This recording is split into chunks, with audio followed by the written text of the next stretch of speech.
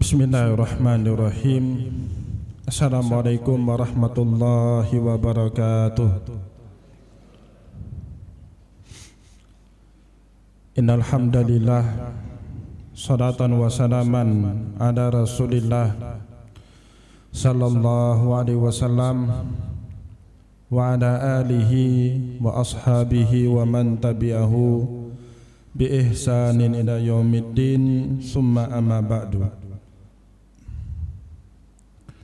Puji dan syukur senantiasa dan tidak pernah bosan-bosannya kita panjatkan kehadirat Sang Maha Pencipta Allah Subhanahu wa Ta'ala, yang mana dengan limpahan karunia-Nya, rahmat-Nya, hidayah-Nya serta anugerah-Nya kepada kita semua, kita kembali masih diberikan kesempatan, kesehatan dan usia panjang oleh Allah untuk sama-sama dan senantiasa mengabdikan diri kita di jalannya dengan menjalankan segala perintahnya dan menjauhi semua larangannya.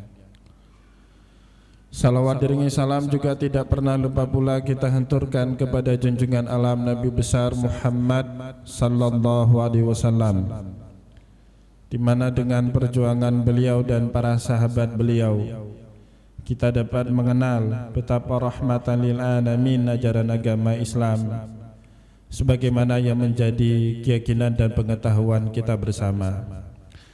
Bapak Ibu kaum muslimin dan muslimat, jamaah salat isya, salat tarawih dan juga insya Allah salat witir yang dimuliakan Allah, Rasulullah sallallahu alaihi wasallam pada malam-malam awal Ramadan di tahun pertama Allah mensyariatkan puasa tahun 2 Hijriah, beliau sempat mengerjakan salat qiyamul lail secara berjamaah dengan para sahabat. Meskipun kebiasaan itu kemudian ditinggalkan oleh Rasulullah karena beliau khawatir seandainya kelak ada di antara umatnya yang memahami jika pelaksanaan qiyamul lail di malam suci Ramadan adalah suatu kewajiban yang Allah Subhanahu wa Ta'ala wajibkan kepada kita. Oleh tujuan itulah kemudian Rasulullah sallallahu alaihi wasallam meninggalkan pelaksanaan salat qiyamul lail secara berjamaah. Namun Bapak Ibu yang dimuliakan oleh Allah, ternyata kita dapati satu cerita dalam kitab hadis, tepatnya di dalam Musnad Imam Ahmad bin Hambal. Setelah salat qiyamul lail ditinggalkan oleh Rasulullah sallallahu alaihi wasallam pelaksanaannya secara berjamaah, beberapa malam kemudian seorang sahabat yang terkenal sebagai ahlul ibadah, Abu Dzar Al-Ghifari radhiyallahu anhu, beliau pamit, beliau minta izin agar Rasulullah sallallahu alaihi wasallam mengizinkan beliau malam itu menginap atau bermalam di rumah Rasulullah sallallahu alaihi wasallam. Abu Dzar berkata kepada Rasulullah, "Ya Rasulullah, fa'adzinni an abita indak." Ya Rasulullah, izinkanlah saya malam ini bermalam di rumah Anda. Rasulullah bingung, ini tidak ada sebab, tidak ada angin. Kenapa Abu Dzar Al-Ghifari minta untuk diizinkan bermalam ke rumah beliau? Maka Rasulullah juga tanya, Abu Dzar, apa maksudmu kepingin bermalam di rumah saya malam ini? Abu Dzar kemudian mengutarakan niatnya, jika beliau rindu, jika beliau kepingin kembali bisa melaksanakan salat qiyamul lail berjamaah dengan Rasulullah sallallahu alaihi wasallam. Nah, disitulah kemudian diizinkan oleh Rasulullah, sehingga di dalam kitab fikih Syafi'i, Bapak Ibu yang dimuliakan oleh Allah, salat qiyamul lail, salat tarawih, salat tahajud dan juga salat witir termasuk jenis-jenis as-salatul masnunah, salat-salat sunnah. Namun dalam pelaksanaannya boleh dilakukan secara dua sekaligus. Boleh dilakukan secara sendiri-sendiri dan juga boleh dilakukan secara berjamaah. Mana buktinya? Tadi Rasulullah SAW bahkan mengizinkan Abu Dzar yang punya niat bermakmum kembali di belakang Rasulullah di dalam salat qiyamul lail. Meskipun nanti Bapak Ibu kaum muslimin yang dimuliakan oleh Allah, ada dua kategori lagi dari salat sunat dalam pelaksanaannya. Memang betul ada jenis salat sunat yang bahkan dalam pelaksanaannya wajib dikerjakan berjamaah. Bukan hanya boleh, tapi wajib dikerjakan secara berjamaah. Kalau dikerjakan sendiri-sendiri tidak sah. Sebentar lagi dalam hitungan hari kita akan masuk hari raya Idul Fitri dan kita sholat 2 rakaat hari raya Idul Fitri. Sholat Idul Fitri meskipun statusnya sunnah, tapi tidak boleh dikerjakan sendiri-sendiri, harus secara berjamaah. Sholat Idul Adha harus dijamaahkan. Sholat minta hujan, istisqa juga harus dikerjakan secara berjamaah. Sholat gerhana matahari, sholat gerhana bulan harus dikerjakan secara berjamaah. Namun Bapak Ibu yang dimuliakan oleh Allah, juga ada sholat-sholat sunat yang bahkan tidak boleh dijamaahkan. Pelaksanaannya wajib sendiri-sendiri. Sholat duha itu tidak boleh dijamaahkan. Dulu saya ingat di salah satu fakultas, di salah satu kampus di Banda Aceh menjamaahkan sholat duha. Jadi sholat duhanya dikerjakan secara berjamaah. Alhamdulillah saya masih kenal dengan dekan dari fakultas itu. Saya datang, saya bilang, Pak, mohon maaf, sholat duha berjamaah itu tidak pernah dicontohkan oleh Rasulullah dan juga tidak pernah difatwakan oleh para ulama. Dan syukur alhamdulillah beliau mau terima. Akhirnya pelaksanaan sholat duha yang sempat beberapa kali dikerjakan di fakultas itu diketinggalkan. Begitu juga Bapak Ibu yang dimuliakan oleh Allah, sholat sunat rawatib qobliyah maupun ba'diyah. Itu sholat sunat tapi pelaksanaannya tidak boleh dijamaahkan. Meskipun sebahagian masyarakat kita di Aceh Raya ada yang menjamaahkannya. Nah itu tidak ada contohnya dari Rasulullah dan tidak pernah difatwakan oleh para ulama, termasuk ulama-ulama kita yang bermazhab Syafi'i. Maka kita tidak ngerti kalau ada yang mempraktekkan dari itu, dari mana sumbernya, dari mana argumennya, kita itu tidak tahu. Begitu juga sholat istikharah, sholat tahiyatul masjid, atau juga sholat hajat. Sholat hajat itu termasuk sholat sunat yang tidak boleh dijamaahkan. Coba Bapak Ibu bayangkan, sholat hajat dijamaahkan. Imamnya hajatnya punya mobil baru, makmumnya hajatnya punya istri baru. Niat saja sudah tidak ketemu.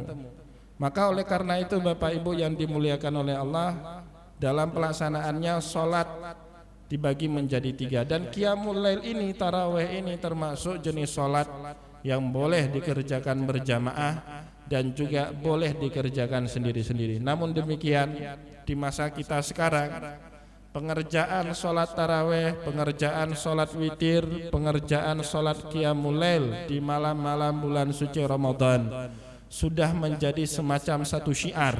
Kalau adanya pelaksanaan Ramadan di satu tempat, di satu kampung, bahkan juga di satu masjid. Bapak Ibu yang dimuliakan oleh Allah, beberapa minggu yang lalu saya dapat undangan ceramah di Aceh Utara. Dan selain di beberapa masjid, ada satu masjid kecamatan. Saya diundang di satu masjid kecamatan, dijemput sama panitia. Dari tempat kami menginap dijemput ke tempat masjid kecamatan itu, dan sebelum sampai ke masjid kecamatan itu lewat beberapa kampung. Nah di kampung itu lewat menasahnya, lewat musallanya, dan ternyata tutup. Padahal itu waktu sudah mendekati pelaksanaan sholat isya. Sehingga saya tanya sama panitia, ini kenapa menasah ini kenapa tutup? Tidak ada sholat isya berjamaah atau tidak ada tarawih berjamaah? Kata beliau, itulah di Aceh Utara ada sebagian kampung tidak lagi melaksanakan sholat tarawih, tidak lagi mengerjakan sholat isya berjamaah, semuanya difokuskan di masjid kecamatan. Nah ini tidak ada syiar. Ya meskipun pelaksanaan sholat tarawih, qiyamul lail, sholat witir itu boleh dilakukan berjamaah dan boleh dikerjakan sendiri-sendiri, tetapi salah satu bahagian syiar dari adanya kita menghidupkan malam-malam Ramadan terletak dalam pelaksanaan sholat tarawih, sholat qiyamul lail dan juga sholat witir yang kita lakukan bersama-sama berjamaah. Maka Bapak Ibu kaum muslimin yang dimuliakan oleh Allah, di malam itu pula Abu Dzar Al-Ghifari radhiyallahu anhu diizinkan sama Rasulullah sallallahu alaihi wasallam untuk menginap di rumah beliau. Tidur Abu Dzar. Dan Abu Dzar kemudian bercerita pengalaman beliau bermalam di rumah Rasulullah. Kata beliau, fasana'tu mislama sana'a Rasulillah. Aku pun di malam itu mengerjakan apa saja yang dilakukan oleh Rasulullah. Rasulullah bangun di sepertiga malam, Abu Dzar pun ikut bangun di sepertiga malam. Rasulullah sallallahu alaihi wasallam kemudian mengganti pakaian tidurnya dengan pakaian sholat. Nah, ini bagian dari sunnah Nabi. Nabi Muhammad tidak pernah menggunakan pakaian tidur untuk mengerjakan ibadah sholat, sekaligus mengimplementasikan firman Allah Subhanahu wa taala, ya bani adama khudzu zinatakum inda kulli masjid. Dan itu pun ditiru sama Abu Dzar Al-Ghifari. Beliau juga menggunakan baju yang khusus dia persiapkan untuk mengerjakan sholat. Dan kebetulan di malam itu Rasulullah sallallahu alaihi wasallam berwudu, bertaharah dengan cara yang simple, dengan cara yang sederhana. Kata Abu Dzar, fal yukhaffifu fiha wudu. Nabi Muhammad pun wudu malam itu dengan wudu yang ringan. Wudunya enggak berat. Apa maksud wudu ringan? Wudunya cuman membasuh anggota yang wajib untuk dibasuh atau dicuci. Muka, membasuh kepala, tangan sampai siku, kaki sampai mata kaki. Dan itu hanya dilakukan oleh Nabi Muhammad sallallahu alaihi wasallam sekali saja.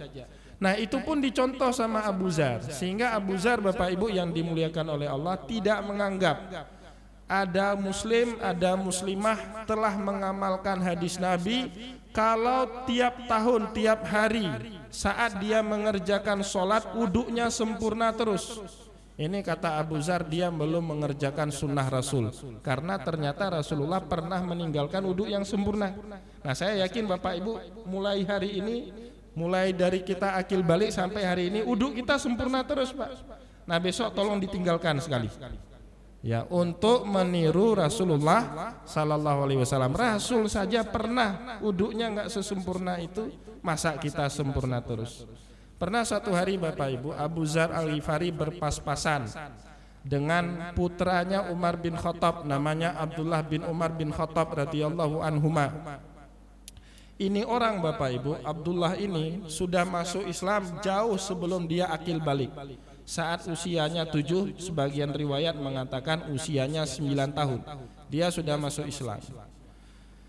Semenjak orang ini masuk Islam Bapak Ibu, dia tidak pernah bolong sholat duhanya, selalu istiqomah sholat duha. Padahal sholat duha itu sholat sunnah, dan sudah menjadi kebiasaan Nabi agar sholat sunat itu tidak sampai dipahami oleh umatnya sebagai sholat wajib. Kadang-kadang Nabi dulu meninggalkan pelaksanaan sholat duha. Jadi Nabi Muhammad pernah bolong Pak sholat duha, pernah bolos, pernah absen. Nah, ketika Abu Dzar Al-Ghifari melihat Abdullah bin Umar bin Khattab selalu konsisten sholat duhanya, beliau tegur, Abdullah, Rasulullah saja manusia terbaik itu pernah absen, pernah bolong sholat duha. Masa kamu yang bukan siapa-siapa dibandingkan Nabi selalu mengerjakan sholat duha? Di mana sunnahnya Nabi? Apa kata Abdullah Umar? Kalau gitu besok saya bolos absen sholat duha. Maka Bapak Ibu yang tidak pernah bolos sholat duha, itu besok boloslah sehari. Ya, sebagai cara kita meniru Rasulullah. Tapi karena kita sering bolos Bapak Ibu, besok ya, jangan bolos. Karena kita sering bolos, maka besok jangan bolos sholat duhanya. Nah Bapak Ibu yang dimuliakan oleh Allah, Abu Dzar Al-Ghifari ini memang terkenal, termasuk sahabat Nabi yang memang fanatik sekali mengikuti sunnahnya Rasulullah sallallahu alaihi wasallam. Bahkan di dalam cerita hadis At-Targhib wa Tarhib, atau juga terulang di dalam kitab Sunan At-Tirmidzi, Diceritakan beliau itu suatu hari melihat Nabi Muhammad lewat di suatu batang pohon yang dahan-dahannya rendah. Padahal kita tahu postur tubuh Nabi Muhammad itu tinggi semampai, 180 lebih lah kalau bahasa sekarang, tinggi semampai. Sehingga agar Nabi Muhammad tidak terkena dengan dahan pohon itu, beliau membungkukkan badan. Abu Dzar Al-Ghifari melihat Nabi melakukan itu, beliau juga membungkukkan badan. Padahal tingginya Abu Dzar Al-Ghifari itu semeteran kotor, Pak.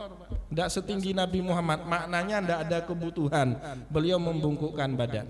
Sahabat yang lain ketawa melihat Abu Dzar, tapi karena mereka sudah paham Abu Dzar, tidak protes. Yang celakanya setelah Rasulullah wafat, tempat di itu sudah nggak ada lagi batang pohon, sudah ditebang. Batang pohonnya sudah ditebang, sudah kosong. Rasulullah sudah wafat, sebagian sahabat juga sudah wafat. Hidup generasi kedua, tabi'in. Mereka ini nggak tahu ceritanya.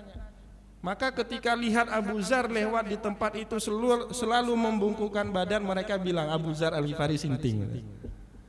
Sampai suatu hari Abu Dzar bilang, kalian yang sinting, kalian nggak tahu. Dulu Nabi Muhammad kalau lewat di tempat ini selalu membungkukkan badannya. Kalian nggak tahu apa-apa, anak baru lahir kalian, bocil. Abu Dzar Al-Ghifari tahu, maka dia sangat fanatik dalam mengikuti sunnahnya Rasul. Begitu juga Bapak Ibu yang dimuliakan oleh Allah, Abu Dzar Al-Ghifari pernah melihat tahun 9 Hijriah, 1 tahun setelah Fathul Mekah. Rasulullah SAW diberi anugerah sama Allah setelah peristiwa Fathul Mekah itu, wa ra'aitan nasa yadkhuluna fi dinillahi afwaja. Banyak orang berbondong-bondong masuk Islam. Dan benar saja terjadi tahun 9 Hijriah, 1 tahun setelah Fathul Mekah. Seluruh orang di seantero Jazirah Arabia pada saat itu kepingin bersyahadat langsung di hadapan Nabi. Mereka mendatangi Rasulullah di Madinah. Maka tahun 9 Hijriah itu menjadi satu-satunya tahun seumur hidup Nabi Muhammad yang beliau tidak pernah melakukan safar keluar daripada kota Madinah. Karena banyak sekali tamu. Begitu banyaknya tamu tidak muat di dalam Masjid Nabawi, apalagi di rumah Rasulullah. Sehingga para sahabat pada saat itu mendirikan tenda agar di tempat itu Nabi Muhammad SAW bisa menerima syahadatnya mereka yang ingin mu'alaf. Kebetulan karena musim panas, Nabi Muhammad saat terima syahadat mereka buka kancing baju, 2 bagian atas, Pak. Kancing baju Nabi Muhammad dibuka. Saat mensyahadatkan para mu'alaf itu, 2 kancing baju Nabi Muhammad yang bagian atas dibuka. Kelak setelah wafatnya Rasulullah, Abu Dzar Al-Ghifari setiap kali kepingin mensyahadatkan orang, beliau buka kancing baju. Ini yang celaka tabi'in, Pak. Tabi'in kan nggak ngerti peristiwa yang terjadi di masa hidup Rasul. Sehingga mereka tanya, Abu Dzar, kenapa kamu gagah-gagahan kok buka kancing baju? Kalian yang nggak tahu, dulu saya melihat Nabi Muhammad SAW ketika menerima syahadat orang, beliau selalu membuka 2 kancing baju bagian atasnya. Nah, nanti insya Allah kalau ada lagi yang mu'alaf di masjid ini, Pak Imamnya dibuka kancing baju, Pak. Tapi saya khawatir geci cot masjid perempuan. Nah, ini jangan dipraktek lah. Nah, ini enggak usah dipraktek, enggak sunnah. Kalau perempuan enggak sunnah, karena geci cot masjid perempuan, jadi enggak usah dipraktek. Tapi kalau gecinya laki-laki, ya silakan dipraktek. Bapak Ibu kaum muslimin yang dimuliakan oleh Allah, yang menarik setelah Abu Dzar Al-Ghifari mengerjakan sholat tahajud bersama Rasulullah, beliau kemudian minta satu permintaan kepada Rasul, dan saya yakin permintaan yang sama juga akan kita mintakan kepada Rasulullah jika pada hari ini Nabi Muhammad SAW masih hidup di tengah-tengah kita. Saat itulah Abu Dzar Al-Ghifari berkata kepada Rasulullah, ya Rasulullah, inni as'aluka murafaqatuka fil jannah. Ya Rasulullah, saya minta agar saya bisa menjadi sahabatmu, bukan hanya dalam kehidupan dunia, tapi juga menjadi sahabatmu di dalam kehidupan surga kelak. Maka Nabi Muhammad pada saat mendapati pertanyaan demikian dari Abu Dzar, terdiam beliau. Bahkan dalam cerita hadis disebut fata'ta'a Rasulullah sallallahu alaihi wasallam ra'sahu. Sampai-sampai Nabi Muhammad menundukkan pandangannya, seolah-olah beliau menerima wahyu, ingin menunggu dulu bimbingan wahyu dari Allah. Dan itu wajar, karena Nabi Muhammad itu enggak boleh sembarangan memberikan jawaban. Masalahnya setiap omongan Nabi itu tidak hanya terikat untuk Abu Dzar Al-Ghifari seorang saja, tetapi konsekuensinya akan mengikat seluruh umat Nabi Muhammad sampai akhir zaman kelak. Ya, kalau kita ngomong Bapak Ibu di kedai kopi enggak berkonsekuensi apapun. Orang terserah saja mau ikut mau enggak ikut, ahlan wa sahlan. Tapi kalau sabdanya Rasul Bapak Ibu itu enggak boleh sembarangan, harus tetap di bawah filter wahyu dari Allah. Wa ma yantiqu anil hawa in huwa illa wahyun yuha. Maka setelah diam beberapa saat, Nabi Muhammad sallallahu alaihi wasallam kemudian menjawab, "Ya Abu Dzar," dan saya yakin ini jawaban yang sama yang kita tunggu-tunggu dari mulutnya Rasulullah. "Kalau memang engkau meminta hal tersebut," kata Rasulullah, "fa'inni ala nafsika bikasratis sujud." Tolong bantu saya untuk bisa mewujudkan keinginanmu dengan memperbanyak sujud.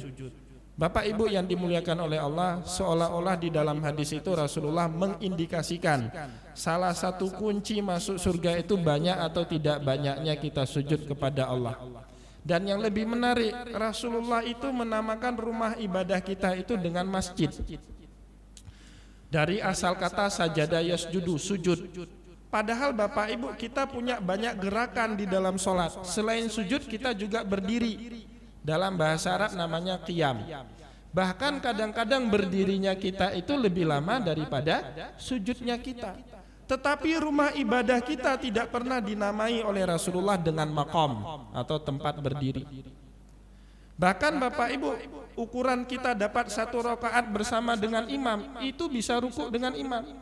Meskipun kita tidak sempat simaan Al-Fatihah bersama dengan imam, kita tidak sempat mendengar imam membacakan surat-surat pilihan, asal kita pernah bisa bersama rukuk bersama dengan imam, kita dapatlah 1 rakaat. Tetapi Bapak Ibu, rumah ibadah kita tidak dinamai oleh Rasulullah SAW dengan marka atau tempatnya rukuk atau maq'ad, tempatnya duduk. Rasulullah tidak menamakan itu untuk rumah ibadah kita. Rumah ibadah kita secara khusus dinamakan oleh Rasulullah SAW dengan masjid, tempat sujud. Maka oleh karena itu Bapak Ibu, satu-satunya momentum seumur hidup kita untuk bisa memperbanyak sujud kepada Allah Subhanahu wa taala enggak ada di bulan lain Bapak Ibu. Cuman di bulan ini, bulan Ramadan. Maka disitulah Bapak Ibu dulu Rasulullah SAW dalam perjalanan Isra dan Mi'raj, sampai setelah beliau mendapatkan perintah, awalnya Bapak Ibu 50 waktu sehari semalam dari Allah, atau dalam riwayat yang lain 50 rakaat sehari semalam perintah mengerjakan sholat wajib dari Allah. Kemudian Nabi Muhammad SAW mau balik ke dunia, tapi ketemu dengan Nabiullah Musa di langit kelima. Dan Nabiullah Musa alaihissalam menyarankan, karena beliau ragu kepada kita umat Nabi Muhammad, umat akhir zaman. Akhirnya Nabiullah Musa alaihissalam menyarankan kepada Rasulullah, Muhammad, balik kamu kepada Tuhanmu, minta kurang. Tidak sanggup umatmu itu mengerjakan sholat 50 rakaat sehari semalam. Umatmu itu hobinya bukan ibadah. Hobinya umatmu itu jalan-jalan, traveling, kulineran, main tenis, rebutan jabatan, rebutan perempuan, cari harta. Itu hobinya umatmu. Fisik umatmu juga lemah, usianya pendek-pendek. Nabiullah Musa alaihissalam Bapak Ibu usia 120 tahun. 100 tahun beliau masih memimpin perang Bani Israel untuk merebut Al-Ardul Muqaddasah, negeri yang dijanjikan sama Allah. 100 tahun masih bugar Nabiullah Musa. Dan memang banyak di antara Bani Israel ini ahli ibadah, hobinya memang ibadah. Maka wajarlah Nabiullah Musa alaihissalam menyarankan, dan kita patut berterima kasih kepada Nabiullah Musa. Kalaulah hari itu Nabi Muhammad tidak bertemu dengan Nabiullah Musa, mungkin Pak kita tidak pernah bisa ngopi lagi hari subuh itu. Karena tiap hari sholat, tiap hari sholat, tiap hari sholat. Maka kita patut bersyukur kepada Nabiullah Musa yang menyarankan Rasulullah meminta kurang mengerjakan sholat wajib 50 waktu menjadi sehingga 5 waktu, atau 50 rakaat menjadi 17 rakaat. Bapak Ibu yang dimuliakan oleh Allah, tetapi pada malam ini, malam Asyrul Awakhir dari malam Ramadan, di malam ganjil pula, malam ke-25, di bulan yang suci, di tempat yang paling mulia di muka bumi, di rumahnya Allah, kita berani bilang kepada Nabiullah Musa alaihissalam, Anda mungkin benar di 11 bulan yang lain, tapi Anda keliru di bulan suci Ramadan. Bahkan kami sanggup mengerjakan ibadah sholat lebih daripada 50 rakaat. Sholat wajib saja kita sudah 17 rakaat. Sebentar lagi insya Allah kita tarawehan 20 rakaat tambah 3 rakaat witir. Nanti malam jam 3 kita kerjakan lagi qiyamul lail 8 rakaat. Belum lagi sholat syuruk, belum lagi sholat duha kita, belum lagi sholat rawatib qobliyah ba'diyah, belum lagi sholat tahiyatul masjid. Maka Bapak Ibu yang dimuliakan oleh Allah, momentum memperbanyak sujud tidak ada di bulan lain Bapak Ibu, cuman ada di bulan suci Ramadan. Dan belum tentu kita bisa ketemu bulan Ramadan 1444 Hijriah tahun depan, belum tentu. Oleh sebab itulah Rasulullah sallallahu alaihi wasallam mengatakan di dalam hadis yang lain, lau ya'lamul ibadu ma fi Ramadan, seandainya saja hambaku itu tahu apa hikmah, apa fadilah, apa anugerah, apa rahmat, apa rahasia Allah yang ada di bulan suci Ramadan, latamannat ummati kulla sanatin Ramadan, pasti umatku ini, kata Rasulullah, berharap 11 bulan yang lainnya juga dinamakan dengan bulan Ramadan. Namun Bapak Ibu yang dimuliakan oleh Allah, dalam satu tahun hanya ada satu Ramadan. Dan oleh karena itu Ramadan ini semacam tol spiritual kita. Meskipun umat terdahulu hobinya ibadah, meskipun umat terdahulu fisiknya kuat-kuat, usianya panjang-panjang, mereka tidak akan pernah sanggup melampaui prestasi ibadah kita sebagai umat yang terbaik. Kuntum khaira ummatin ukhrijat linnas ta'muruna bil ma'ruf wa tanhauna 'anil munkar. Syaratnya kita tidak boleh melewati bulan Ramadan ini tanpa mengisinya dengan ibadah bertakarub dan beramal soleh sebanyak-banyaknya kepada Allah. Apalagi di Asyrul Awakhir, Allah Subhanahu wa taala menginstal, membenamkan satu malam yang dia sebut dengan Lailatul Qadar, yang ia sebut sendiri khairun min alfi syahr. Kita dapat semalam di malam Lailatul Qadar lebih baik beribadah daripada 1000 bulan.